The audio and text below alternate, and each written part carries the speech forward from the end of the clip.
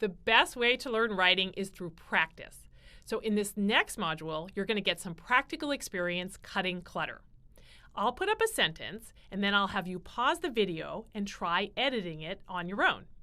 Then you can restart the video, and I'll show you how I would edit that sentence so you can compare your edits to mine. And we'll do this for several sentences. So the first sentence reads, anti-inflammatory drugs may be protective for the occurrence of Alzheimer's disease. So I want you to think about all the extra words that you can cut out of that sentence. See how many you can cut. So pause the video now and try to edit this sentence, and then I'll show you how I edited it.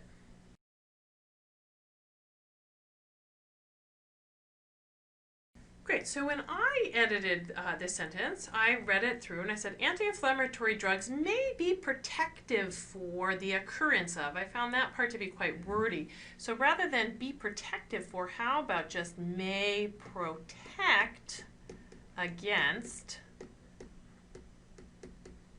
And then we don't really need the occurrence of. We may protect against Alzheimer's disease, right? We don't need the occurrence of. So anti-inflammatory drugs may protect against Alzheimer's disease. So hopefully you had a similar rewrite. Obviously you might have done slightly different things, and always feel free to email if you've got a better rewrite that you want to share with the class. Sometimes I might miss a few words that could still be edited out.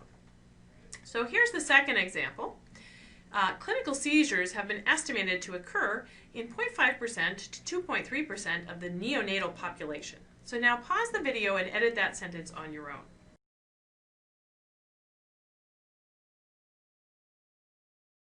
Great, so now I'm going to go through my edit on this sentence. So clinical seizures have been estimated to occur.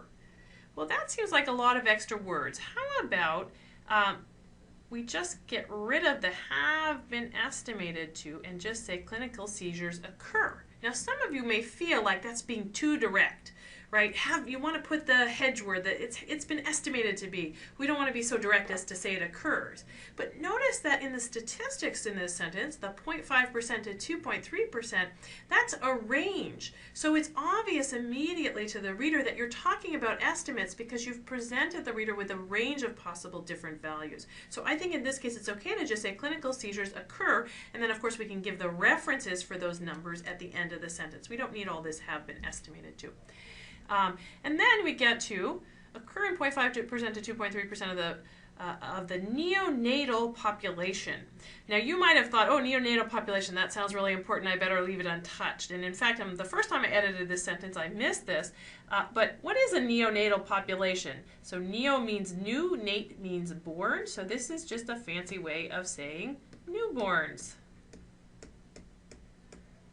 See how much more direct and easy that is to read? Clinical seizures occur in 0.5% to 2.3% of newborns, and then of course we'd want to have some references at the end of that sentence. So hopefully you got something similar. Again, you may not have an identical rewrite to mine, but hopefully you have something similar.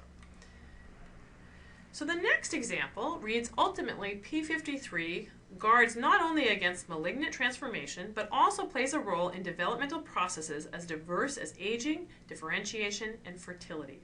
So now pause the video and try editing that sentence on your own.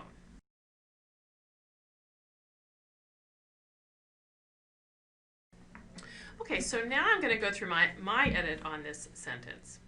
So ultimately, P53 guards not only against malignant transformation, how about we say instead of that,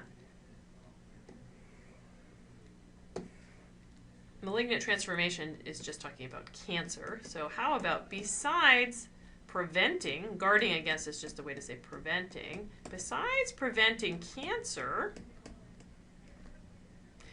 P53 also plays, I'm going to make this roles because we're talking about more than one role, plays roles in developmental processes as diverse as. Well, I don't think I need to say all of that. That doesn't really add much. So plays roles, how about just plays roles in aging, differentiation, and fertility? It's kind of understood that that's a diverse range of things. So besides preventing cancer, P53 also plays roles in aging, differentiation, and fertility. See how much we could strip out of that sentence without losing the meaning? So here's the next one. Injuries to the brain and spinal cord have long been known to be among the most devastating and expensive of all injuries to treat medically. So pause the video and edit that sentence on your own.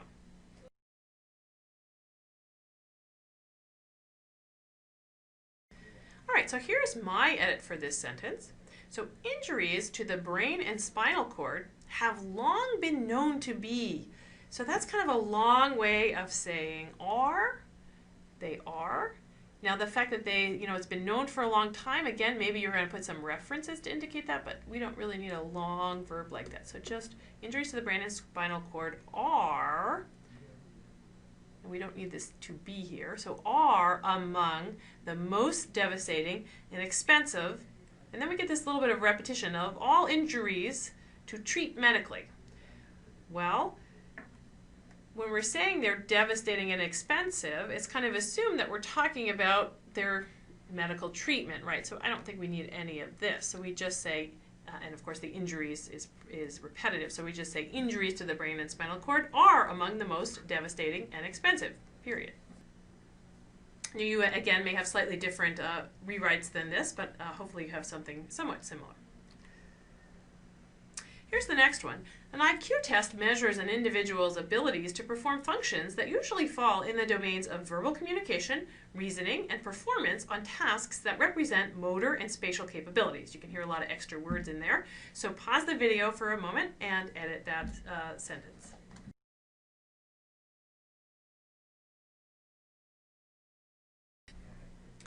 All right, so here's what I did on this sentence. So an IQ test measures an individual's, and then we get abilities to perform functions that usually fall in the domains. This is kind of very wordy. How about we just get to what the test measures? An IQ test measures an individual's, I'm going to get rid of all of this. An IQ test basically measures an individual's verbal abilities, right? So we could just say that at the end. An IQ test measures an individual's verbal. I don't think we need communication after verbal, right? Because that's just repetitive. Verbal, reasoning, and then we get performance on tasks that represent. How about we say it more directly, that it's measuring their motor and spatial capabilities. And perhaps there are more than one type of IQ test, so we might want to use the word or here, so that not every IQ test measures all three, but some may measure any one of these. So an IQ test measures an individual's verbal, reasoning, or motor and spatial capabilities. So again, hopefully in your rewrite you got something similar and you were able to strip a lot of those excess words out. Okay, one last example here. It says, as we can see from figure 2, if the return kinetic energy is less than 3.2 UP, there will be 2 electron trajectories associated with this kinetic energy. So go ahead and pause the video and edit that on your own, and then we'll talk about it afterwards.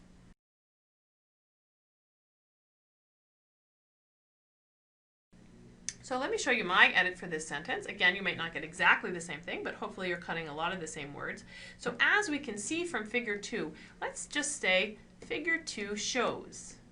In fact, this little as we can see from is just kind of a lot of extra words. We can just say it directly, figure 2 shows, or we could even just reference figure 2 in parentheses at the end of the sentence. Figure 2 shows if the return kinetic energy is less than 3.2, let's just say figure 2 shows that a return kinetic energy less than 3.2 UP, that's kind of now the subject of the sentence, the subject of this clause, that a return kinetic energy less than 3.2, how about it just that it yields 2 electron trajectories. We don't need to repeat that kinetic energy. So something like figure 2 shows that a return kinetic energy less than 3.2 UP yields 2 electron trajectories.